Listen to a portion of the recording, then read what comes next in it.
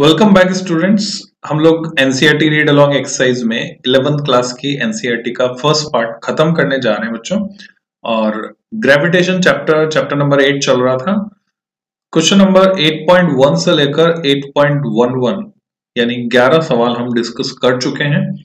Now continuity में मैं discuss करने जा रहा हूं एक्सरसाइज का question number 8.12। So let's start with that. तो ये है बच्चों सवाल 8.12। ये रॉकेट इज फायर्ड। तो जैसे जैसे लैंग्वेज चलती जाएगी क्वेश्चन के, आपको इमेजिन करते जाना है कि क्या सिचुएशन है। एक रॉकेट, उसको फायर किया। Now it become interesting. Rocket is fired, आपको धुआं निकलते हुए दिख रहा है। You can feel that from the earth towards the sun. पर किसकी तरफ हमने भेजा है? सूरज की तरफ भेजा है। सूरज, सूरज नाम सुनते ही सूरज की तरफ गर्मी बच्चों, गर्मी। Okay. At what distance from the earth centre, पृथ्वी के केंद्र से कितनी दूरी पर is the gravitational force on the rocket? Zero. Force वहां जीरो हो जाता है जहां फील्ड जीरो हो जाता है, बिकॉज फोर्स लग रहा है फील्ड के कारण। तो जहां फील्ड जीरो वहां फोर्स जीरो। तो इसको हम न्यूट्रल पॉइंट कहते हैं बच्चों। और ये न्यूट्रल पॉइंट का कंसेप्ट अलग अलग तरह से इलेक्ट्रोस्टैटिक्स में भी पूछा जाता है, ग्रेविटेशन में भी पूछा जाता है, अर्थ मून सिस्टम के लिए भी हम इसकी बात करते हैं। और अभी हम फिलहाल बात कर रहे हैं अर्थ सन सिस्टम के लिए। सन का मास आपको दिया है 2 × 10⁻30 kg। मैं समझता हूं याद हो गया होगा, हमने कई बार इसको डिस्कस किया है। अर्थ का मास 6 × 10⁻24 kg हमारी पृथ्वी है, हमें ये मास पता होना चाहिए। Neglect the effect of other planets etcetera, और वो असर आएगा भी नहीं। अगर हम सुपरपोजिशन प्रिंसिपल पढ़ चुके हैं तो हम जानते हैं किन्हीं दो के बीच लगने वाला फोर्स तीसरे की प्रेजेंस से अफेक्ट नहीं होता। ऑर्बिटल रेडियस 1.5 × 10⁻11 मीटर, जिसको हम 1 एस्ट्रोनॉमिकल यूनिट कहते हैं। तो क्वेश्चन पूरा टिप्स पर है, आप अटेम्प्ट कीजिए अपने लेवल पर, आप कर सकते हैं, मुझे पूरा भरोसा है। You can find the answer. एक डायग्राम बनाकर सोचिए इसके बारे में। और gm1m2/r² से भी आप निकाल सकते हैं और gm/r² से भी आप निकाल सकते हैं। आपको इक्वेट करना है बस। तो कोशिश करने के बाद जो भी आंसर आपने निकाला है, आप देखते हैं। हम आंसर में डिस्कस कर रहा हूं। वीडियो को रिज्यूम करने के बाद आप देखिए आंसर दिया है एनसीईआरटी में 2.6 × 10⁸ मीटर। ये किससे दूरी है? तो जो सवाल में पूछा है हमें वैसे जवाब देना है। ये किससे दूरी पूछी है? न्यूट्रल पॉइंट की। What distance from the earth centre, पृथ्वी के केंद्र से पूछी है। तो ये अर्थ के सेंटर से डिस्टेंस निकल के आती है 2.6 × 10⁸ मीटर।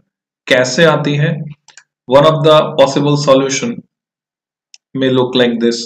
मास ऑफ सन हमें दिया हुआ है, गिवन डेटा हम लिख लेते हैं। मास ऑफ अर्थ दिया हुआ है, दूरी हमें पता है सूरज और पृथ्वी के बीच की।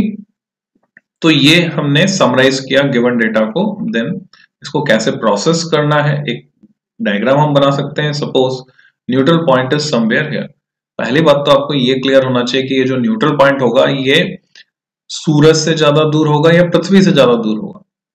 तो ऑब्वियसली सन का मास ज्यादा है तो उससे ज्यादा दूर होगा, तभी इलेक्ट्रिक फील्ड बैलेंस होकर कैंसिल हो पाएंगे। तो ये सूरज से ज्यादा दूर है, पृथ्वी के पास है। माना कि पृथ्वी के केंद्र से इसकी दूरी x है। Let at the point P the gravitational force on the rocket due to earth equal to gravitational force on the rocket due to sun. उसी को हम न्यूट्रल पॉइंट कहते हैं। तो x जो है डिस्टेंस है पॉइंट P की फ्रॉम द अर्थ। अब मैं यहां पर आपको क्लियर कर दूं, ये सरफेस से नहीं, कहां से है? सेंटर से। सेंटर से ही चाहिए हमको। हम अर्थ को यहां पर ट्रीट करेंगे as a point mass. So gm/x² equal to gm/r-x का होल स्क्वायर। यहाँ जो छोटा m है वो अर्थ का मास है, बड़ा m सन का मास है। तो यहां से कैलकुलेट करके the only unknown is x, because r हमें पता है 1 एस्ट्रोनॉमिकल यूनिट। तो हम x निकालते हैं √3r/10⁻³ और ये हमारे पास आता है 2.6 × 10⁸ meter. This is one of the possible way to get solution. Another way, एक और वर्जन इसका देख लीजिए। मास सन का लिखा हमने, मास ऑफ अर्थ, उसको हमने सबस्क्रिप्ट लगाकर दिखाया, subscript s, subscript e। Distance यानी ऑर्बिटल रेडियस को एक्सप्रेस किया। रॉकेट का मास अगर स्मॉल m है, तो अगर आपने गौर किया पिछले सॉल्यूशन में लिखा हमने फोर्स है, पर आप यहां देख रहे हैं ये फील्ड की इक्वेशन यूज की है। यानी वो जो दूसरा है मास, रॉकेट का मास, वो तो हमने कंसिडर यहाँ पर किया ही नहीं है। फील्ड को इक्वेट किया है फोर्स लिखकर।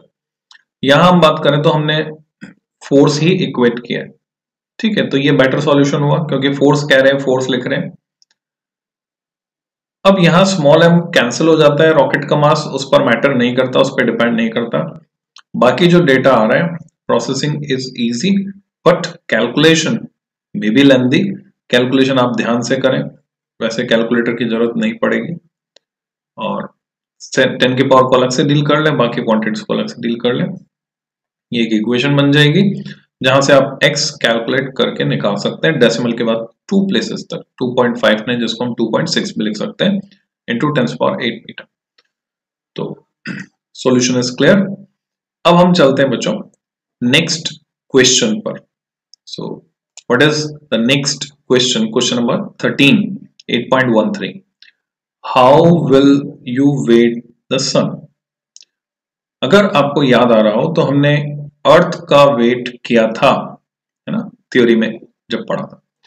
What is estimate its mass? Sorry, that is estimate its mass.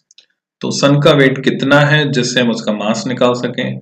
The mean orbital radius of the earth around the sun, वो दिया हुआ है 1.5 इंटू 10⁸ किलोमीटर। कंफ्यूज होने की जरूरत नहीं बच्चों, किलोमीटर को जब मीटर में बदलेंगे तो 10 की पावर 11 आ जाएगा यहाँ पर।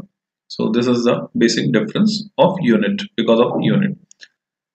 तो क्या हम केपलर्स थर्ड लॉ यूज करने के बारे में सोच सकते हैं?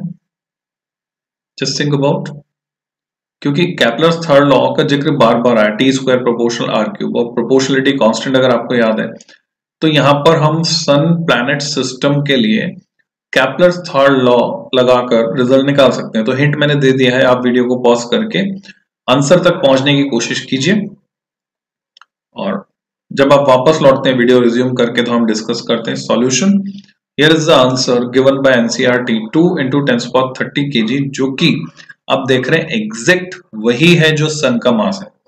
इसका सीधा सीधा मतलब यह है, न्यूमेरिकल्स हमें सिखा रहे हैं, डेटा की जानकारी दे रहे हैं। तो अगर आप न्यूमेरिकल से थ्योरी सीखना चाहते हैं तो डेटा पर थोड़ी नजर रखिए। डेटा पर नजर रखने से, उसको अवेयरनेस के साथ ऑब्जर्व करने से क्लियरिटी बढ़ती है, थ्योरी भी हम सीख सकते हैं। जैसे ये न्यूमेरिकल हमें सिखा रहा है कि वास्तव में सन का मास 2 इंटू 10⁻30 kg के ऑर्डर का है, तो यहां से पता चल रहा है हमको। तो मैं समझता हूं आपको समझ में आई होगी बात। अब ये कैसे कैलकुलेट किया? Solution is quite simple. हमने टाइम पीरियड का फॉर्मूला यहां पे लगाया। ये तरीका है एक, तो ऑर्बिटल रेडियस किलोमीटर से मीटर में बदला हमने, that is radius of earth plus distance, वो मिलाकर है, सेंटर से है डिस्टेंस। टाइम पीरियड अर्थ का 365 डेज, चाहे तो 0.25 और ले सकते हैं, उसको हमने सेकंड में बदला और वैल्यू रख दी T square proportional R cube में कांस्टेंट्स के साथ, और यहां से हमने मास निकाल लिया सन का। अनदर वर्जन इज रेडियस यानी सेंटर ऑफ अर्थ से डिस्टेंस सन की, time taken by earth to complete one revolution, that is 365.25 days. 0.25 से हमने कैलकुलेशन की। कैपिटल जी की वैल्यू हम जानते हैं, ये पेपर में दी हुई भी रहती है, कांस्टेंट्स की वैल्यू दी हुई रहती है पेपर में। अगर आपको ना भी रटी हुई हो तो भी कोई फर्क नहीं पड़ता, वहां मिल जाती है। बस फर्क ये पड़ता है कि स्पीड थोड़ी सी कम हो जाएगी, और आपको रटी हुई तो आप तुरंत लिखेंगे, नहीं रटी हुई तो देख कर लिखेंगे। मास ऑफ सन कैलकुलेट करने के लिए हमने वही केपलर्स थर्ड लॉ लगाया, सारी वैल्यूज पुट की, और सन का मास हमें मिलता है 2 इंटू 10⁻30 kg। अब यहाँ मजे की बात, जो सीखने की बात है बच्चों, वो क्या है? बाकी सब तो स्ट्रेट फॉरवर्ड है। सीखने की बात यह है, अगर आपको पहले से पता है सन का mass, then you need not to calculate this fraction, even there is no need to write this step. इस स्टेप को लिखने की आवश्यकता भी आपको नहीं है। आप सीधे वैल्यूज पुट करने के बाद बिना किसी कैलकुलेशन के रिजल्ट लिख सकते हैं। समझ गए होंगे आप? ऐसा हम और भी सीखेंगे आगे। Okay, next question number 14, 8.14। इस सैटर्न ईयर, शनि महाराज आगे बच्चों, सैटर्न, तो शुक्र है कि शनि है, Saturday, Saturn, okay. Saturn year is 29.5 times the earth year. पृथ्वी की तुलना में 29.5 गुना है, टाइम्स है, टाइम्स ज्यादा होता है वो अलग होता है, टाइम्स है। How far is the Saturn from the sun if the earth is 1.5 into 10⁸ kilometre away from the sun. Orbital radius हमें अर्थ की पता है, ऑर्बिटल रेडियस आपसे पूछ रहे हैं सैटर्न की, टाइम पीरियड का रिलेशन आपको दिया है, अर्थ का आप जानते हैं 365.25 डेज, और सैटर्न का उन्होंने दिया 29.5 टाइम्स। सो अगेन क्या हिंट मिल रहा है हमको इस क्वेश्चन से कि इसमें हम कैप्लर्स थर्ड लॉ लगाएंगे, T square proportional R cube, to get the result. So just try it yourself. Solution discuss कर रहा हूं मैं। आंसर आएगा 1.43 into 10⁻12 मीटर। कैसे आएगा? हमने केपलर का थर्ड लॉ लगाया और यहां से R2 निकाला। हाँ, कैलकुलेशन थोड़ी सी यहां पर रहेगी क्योंकि आपको पावर 2/3 निकालनी है। So just do some practice of this mathematics.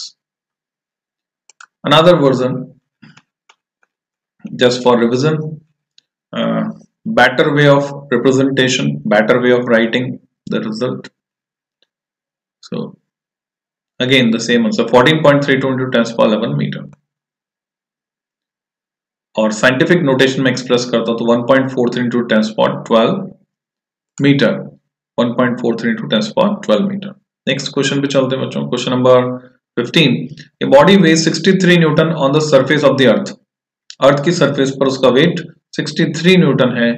What is the gravitational force on it due to the earth at a height equal to half the radius of अर्थ। अब देखिए ये क्वेश्चन कौन से सेगमेंट में चले गया, just think about it.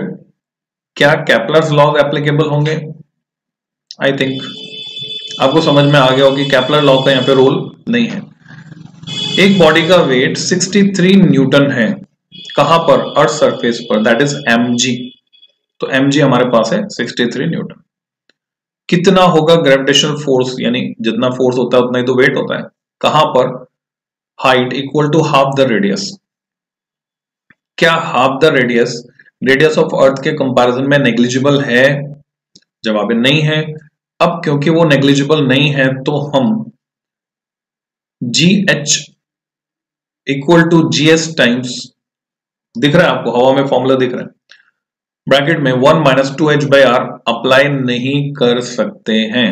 We can't apply this formula क्योंकि ये फॉर्मूला एप्लीकेबल है when h is very much less than r और 320 किलोमीटर एट द मोस्ट, हम ये लगा सकते थे। यहां तो बात आ गई 6400 किलोमीटर का आधा, 6400 का आधा, 64 का आधा 3200 kilometre, 3200। We can't apply that. So go by basic formula G equal to Gm/r square. So GH equal to Gm/r plus h square and GS equal to Gm/r square. Take the ratio and find the answer. मैंने hint दे दिया है, आप video pause कीजिए, calculation कीजिए, result निकालिए। Your result look like 28 Newton. कैसे आएगा? Here is the solution. GH को हमने लिखा, रेशियो लिया, एक स्टेप खा गए हम यहाँ पे। G टाइम्स यानी ये सरफेस पर है r² upon r plus h का होल स्क्वायर, वैल्यूज डाल दी हमने, h की जगह r/2, कट पिट के आसान कैलकुलेशन है बच्चों, 28 न्यूटन आ जाएगा जैसे हम वैल्यू डालेंगे mg की जो हमें पता है 63 Newton. Another version of solution is here, g dash होता है g अपॉन 1 प्लस h/r। आप फॉर्मूले को इस फॉर्मेट में यूज कर सकते हैं चाहे तो, h इक्वल टू r/2 रखते ही आपको यहाँ कैलकुलेट होकर ये मिल जाएगा। g डैश है 4/9 टाइम्स g, तो वेट भी 4/9 टाइम्स हो जाएगा 63 mg का, यानी 4/9 times mg, that is 28 newton. Next question number 16, assuming the earth to be sphere of uniform mass density, हम ये मान के चल रहे हैं कि डेंसिटी यूनिफॉर्म है। How much would a body weigh half way down to the earth, to the centre of the earth, if it is weighted 250 newton on the surface. Earth surface पर यानी mg 250 न्यूटन है, tunnel खोद के अंदर चले गए r/2, तो कितना वेट होगा? तो इसके लिए तो फॉर्मूला एप्लीकेबल है, g d equal to g s times 1 minus d by r. Hint मैंने दे दिया, यू कैन सॉल्व इट। सीधे सॉल्यूशन पे चलते हैं बच्चों, फास्ट फॉरवर्ड करता हूं मैं। 8 into 10⁶ metre from the earth centre. Okay, 16 question था, 125 न्यूटन, 125 न्यूटन इसका वेट होगा। कम हो गया कैसे? पहले कितना था? 250, 250 से आधा रह गया। अगर कंपटीशन में यही क्वेश्चन आ रहा तो हमें ये कैलकुलेशन दिखाने की जरूरत नहीं है। ग्राफ को दिमाग में लेकर आइए, ग्राफ अंदर कैसा होता है? Straight line, g proportional small r, तो r/2 रह गया, तो वेट भी आधा हो गया, 250 का आधा 125 न्यूटन। डायरेक्टली कर सकते हैं हम कंपटीशन में विदाउट एनी कैलकुलेशन। ये सब कैलकुलेशन दिखाने की जरूरत हमें नहीं पड़ेगी। और बोर्ड स्कूल में आ रहा है, स्कूल एग्जाम में आ रहा है, then you have to show the steps. Next question, question number 17। Rocket is fired vertically with a speed of 5 kilometre पर second from the earth surface. क्या रॉकेट को आपने सुना है कभी एंगल पर फायर किया या हॉरिजॉन्टली फायर किया? और will it make a difference if we fire the rocket horizontally? पृथ्वी गोल है बच्चों, हॉरिजॉन्टली फायर करेंगे तो भी जाएगा, वर्टिकली फायर करेंगे तो भी जाएगा। अंतर क्या आएगा? Just think about it, will discuss afterwards. A rocket is fired vertically with speed 5 kilometre पर सेकेंड, 11.2 से तो कम है, यानी एस्केप तो नहीं करेगा। From the earth surface, how far from the earth does the rocket go before returning to the earth? लौटने से पहले कितनी दूर जाए? Mass of the earth हम जानते हैं, mean radius of the earth हम जानते हैं, कैपिटल जी हम जानते हैं। So what to do? हमारे पास की वेलोसिटी है रॉकेट की, किलोमीटर पर सेकंड को मीटर पर सेकंड में बदलेंगे, यूनिट ऐसा यूनिट में आ जाएगा। अब सरफेस पर काइनेटिक प्लस पोटेंशियल एनर्जी का सम इक्वल टू, माना कि वो हाइट h तक गया है, वहां पर काइनेटिक प्लस पोटेंशियल एनर्जी का सम। सो जस्ट राइट, कोशिश करो बच्चों, वीडियो को पॉज कर दो, कोशिश करो। हियर इज द आंसर, कितना दूर जाएगा? 8 into 10⁶ metre from our centre. तो how to find that solution? Initial kinetic energy half mv square, वो हमने कैलकुलेट कर लिया। ये m जो है रॉकेट का मास है, m की टर्म्स में हमने एनर्जी को लिखा। This is not milli joule नहीं है, m is the mass. Distance r पर एनर्जी अगर उसकी 0 हो जाती है तो change in kinetic energy, this is one approach to calculate this. Change in kinetic energy, पूरी की पूरी energy 0, this energy changes into potential energy, तो उतनी हाइट तक ये जा सकता है, तो पोटेंशियल एनर्जी में कन्वर्जन हुआ। Minus G M M upon are से जो आर अननोन है वो हम कैलकुलेट करके निकाल लेंगे। सो इसको हमने 4 इंटू 10⁻14 के बराबर रखा। अच्छा, क्या इस माइनस साइन का कुछ सिग्निफिकेंस है? सोच के देखिए। Change in potential energy, potential energy earth पर 0 नहीं थी, इंफिनिटी पर 0 थी, तो initial potential energy at the surface of earth वो हमने कैलकुलेट किया, g M M upon r. Final potential energy at distance r वो हमने कैलकुलेट किया, उतनी हाइट पर पोटेंशियल एनर्जी कितनी हो गई, और चेंज निकाला। जब हम ये डिफरेंस लेते हैं ये पॉजिटिव आएगा, और फाइनल माइनस इनिशियल होता है चेंज, तो लिखने का तरीका यहाँ गलत है बच्चों। Using law of conservation of energy, लिखने का तरीका क्या गलत है? खुद से सोचो, कहाँ माइनस लगाना चाहिए, ये माइनस यहां तक है, यहां पर माइनस क्यों नहीं है, सोचो, just think about. Final minus initial करेंगे तो ये पॉजिटिव हो जाएगा और ये नेगेटिव हो जाएगा, इसको पहले लिखना था फाइनल, इसको बाद में लिखना था। Law of conservation of energy से हमने दोनों को इक्वेट कर दिया, change in potential energy equal to gain in kinetic energy, और उससे हमने रिजल्ट निकाला 8 into 10⁶ metre. So this is the answer. another way of getting the same result. Velocity of rocket 5 into 10 power 3 meter per second, mass of earth this much, radius of earth this much, height reached by rocket of mass m is h. अर्थ की surface पर देखा जाए तो total energy कितनी है, kinetic plus potential, highest point h,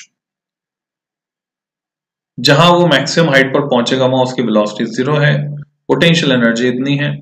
तो concept यही है, energy conservation, total energy rocket की हाइट h पर वो हमने निकाल ली। From the law of conservation of energy we have total energy of rocket at the earth surface equal to total energy at height h।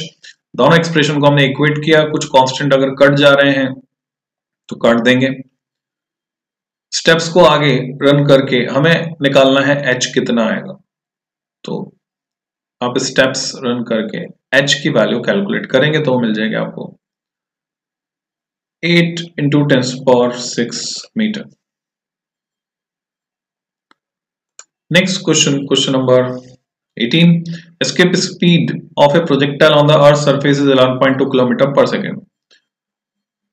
हमें याद है तो a body is projected out with thrice this speed. इसकी 3 गुना दे दिया आपने, तो escape तो कर गया, infinity पे चले गया, वहां जाकर कुछ velocity उसके पास बचेगी। What is the speed of the body far away from the Earth? Far away का मतलब infinity। Ignore the presence of the sun and other planets. बाकी का gravitational effect उस पर नहीं है तो हमें बता। So again we have to apply law of conservation of energy. आप कोशिश कर लीजिए law of conservation of energy, same concept लगाना है। 31.7 किलोमीटर पर सेकेंड ये स्पीड उसकी होगी इन्फिनिटी पर जाने के बाद। कैसे? v और v डैश इनिशियल और final speed, kinetic energy, initial potential energy अर्थ की सरफेस पर, final potential energy infinity far away 0। Law of conservation of energy हमने लगाया, दोनों साइड एनर्जी को इक्वेट किया और वहां से v डैश को हमने कैलकुलेट करके निकाला जो रूट 8 टाइम्स वी आती है, यानी 2√2 कह सकते हैं हम। तो 11.2 को मल्टीप्लाई करेंगे 2√2 से, √8 मतलब 2√2, तो ये मिलता है हमें 31.68 किलोमीटर पर second. Another format, escape velocity 11.2, projection की velocity 3 times escape velocity, mass of projectile m, final velocity far away vf, माना कि total energy of projectile on earth, total energy of projectile on earth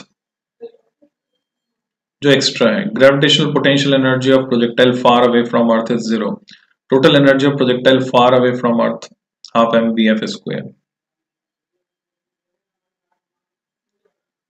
From the law of conservation of energy we have, अब यहां अगर आपने गौर किया तो ये जो एक्सप्रेशन है यहां आपको थोड़ा सा अटपटा लगना चाहिए कि ये टोटल एनर्जी कैसे हो गई और ये माइनस में क्यों लिखा आपने।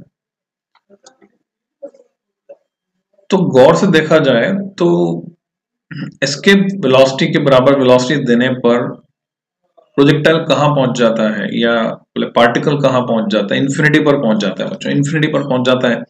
इन्फिनिटी पर पोटेंशियल एनर्जी 0 होती है, तो अर्थ पर जो पोटेंशियल एनर्जी -gmm/r उसी के बराबर तो हमने दी है, -gmm/r के बराबर ही तो हमने काइनेटिक एनर्जी दी है उसको एस्केप कराने के लिए। तो -gmm/r definitely it is equal to half mv escape का स्क्वायर। ये समझने की बात है, ये एक इंपॉर्टेंट पॉइंट है जो मैंने आपको यहाँ पे नोट कराया। उससे क्या है कि फॉर्मेट पूरा सेम हो गया सारी एनर्जीज का, तो क्वेश्चन आसान हो गया और एक फॉर्मूला हमको मिल गया जिसको हम याद रख सकते हैं और कंपटीशन में डायरेक्टली लगा सकते हैं। सिमिलर सिचुएशंस के लिए ये फॉर्मूला हम लगा सकते हैं, vf equal to interstellar space में जाने के बाद जो स्पीड होगी उस प्रोजेक्टाइल की या उस पार्टिकल की जिसको हमने प्रोजेक्ट किया है एस्केप स्पीड से कुछ n टाइम्स स्पीड पर, √(vp square minus v escape square, और सीधे इस फॉर्मूले से हम रिजल्ट निकाल सकते हैं। तो this is very important format जो आपको याद रखना चाहिए। और ये कब मिलता है हमें, जब हम सब कुछ काइनेटिक एनर्जी के टर्म्स में बात करते हैं। पोटेंशियल एनर्जी की टर्म आती है यहाँ पर, तभी माइनस साइन आ रहा है, और उसको हमने लिख किसकी टर्म्स में दिया, काइनेटिक एनर्जी की टर्म्स में लिख दिया। तो ये समझने की बात है। ओके, नेक्स्ट क्वेश्चन पे चलते हैं। Question number 19, satellite orbits the earth at a height of 400 kilometre above the surface. How much energy must be expended to rocket the satellite out of the Earth's gravitational influence? Satellite को अर्थ के gravitational pull से बाहर निकालने के लिए rocket को कितनी energy खर्च करनी होगी? 400 किलोमीटर ऊंची सरफेस में वो घूम रहा है, यानी अब उसको हम एस्केप कराना चाहते हैं। तो आपको फैक्टर डेटा याद आ रहा हो तो 42% या 41.4%। सैटेलाइट का मास दिया हुआ है, मास ऑफ अर्थ है हमारे पास, रेडियस ऑफ द अर्थ है कैपिटल जी है। अपना दिमाग लगाओ, क्या करोगे? एनर्जी कंसिडरेशन यहाँ पे है। Answer is 5.9 into 10⁹ joule. पूछा क्या है, कितनी एनर्जी खर्च करनी पड़ेगी? तो इतनी एनर्जी खर्च करनी पड़ेगी 5.9 into 10⁹ joule. Here is the solution. As we know, total energy of satellite in orbit minus gm upon 2r. सीधे हमने टोटल एनर्जी का कंसेप्ट उठाया और इतनी एनर्जी उसको दे दें तो एस्केप कर जाएगा। बस इसी को कैलकुलेट करना है, इसको कैलकुलेट कर लिया तो माइनस 5.89 इंटू 10⁹ जूल जो नेगेटिव में आ रही है उसकी एनर्जी, इतना ही पॉजिटिव में देनी होगी, तो प्लस में देनी होगी, तो एस्केप कर जाएगा। Another format, mass of earth, mass of satellite, radius of earth, universal gravitational constant. Satellite की हाइट h है, टोटल एनर्जी जो है सैटेलाइट की, अब यहाँ कैलकुलेट करके निकाला काइनेटिक प्लस पोटेंशियल। तो यहाँ मैं कहूंगा वो पुराना वाला जो सॉल्यूशन है, पिछला वाला, ये बेटर है क्योंकि इसमें डायरेक्ट रिजल्ट मिल रहा है हमको। हमने कंसेप्ट यूज किया कि टोटल एनर्जी की, सैटेलाइट बाउंड स्टेट में है तो आपको याद आ रहा हो टोटल एनर्जी, अगर काइनेटिक एनर्जी k है तो पोटेंशियल एनर्जी -2k होती है और टोटल एनर्जी उसके आधी होती है, नेगेटिव में -k, तो ये -k के बराबर पोटेंशियल एनर्जी की आधी, क्योंकि पोटेंशियल एनर्जी का एक्सप्रेशन है gmm/r और ये बाय 2 आ रहा है। Another approach is kinetic plus potential हमने किया, ऑर्बिटल वेलोसिटी हमें सैटेलाइट की पता है, तो total energy at height h में उसकी काइनेटिक एनर्जी आ गई, एक तो ये अंडर रूट हट गया, हाफ mv², उसकी पोटेंशियल एनर्जी आ गई हाइट h पर, ये टोटल एनर्जी हाइट h पे आ गई। Negative sign indicates that satellite is bound to the earth, this is called bound energy of the satellite. Energy required to send the satellite out of this orbit equal to minus of bound energy, तो इसी को हमें calculate करना था। ये लंबा solution, पिछला वाला छोटा सॉल्यूशन, मैं प्रेफर करूंगा पिछला वाला। नेक्स्ट है 8.20, 20वां सवाल। 2 स्टार्स, हर एक का सोलर मास 2 × 10⁻30 kg सन के बराबर, approaching each other for a head on collision, आगे टकराने वाले। डिफरेंट अप्रोच आगे बच्चों क्वेश्चन में। When they are at a distance 10⁹ kilometre, their speeds are negligible, ये मान के चल रहे हैं हम स्पीड 0 है। What is the speed with which they collide, कितनी स्पीड से टकराएंगे?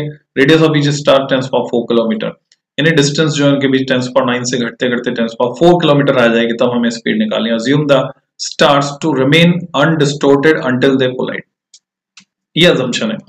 अनडिस्टोर्टेड मतलब उनका सेंटर ऑफ मास अभी भी उनके सेंटर पर होगा, पॉइंट मास की तरह ट्रीट करें तो। जस्ट थिंक अबाउट क्या करना पड़ेगा इसमें, क्या एनर्जी कंसिडरेशन से हो सकता है?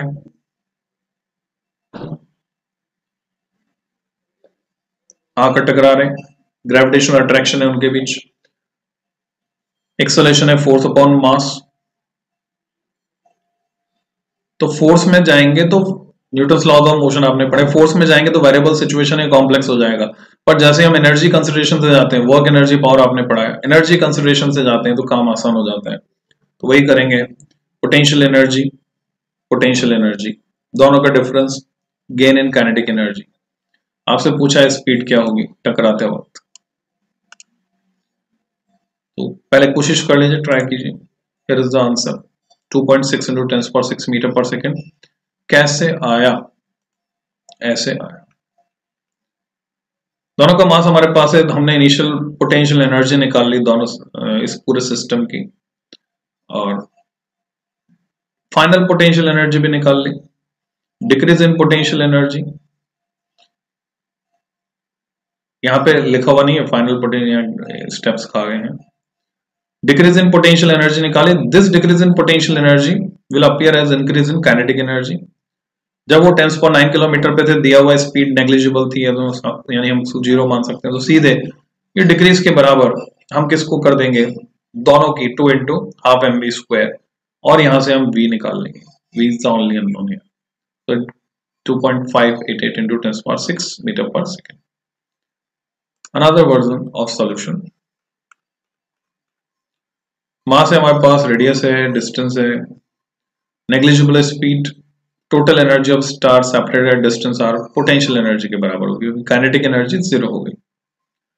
Now consider the case when stars are about to collide, बिल्कुल जस्ट टकराने वाले हैं, वेलोसिटी माना कि v है, डिस्टेंस उनके बीच ट्वाइस ऑफ r, रेडियस का दोगुना, टोटल काइनेटिक एनर्जी 1 के हाफ एम वी स्क्वायर, दोनों के मिला के एम वी स्क्वायर, आधा प्लस आधा 1 हो गया, total potential energy minus G M M upon 2r, तो टोटल एनर्जी दोनों का sum minus G M M upon 2r में एम वी स्क्वायर जोड़ देंगे।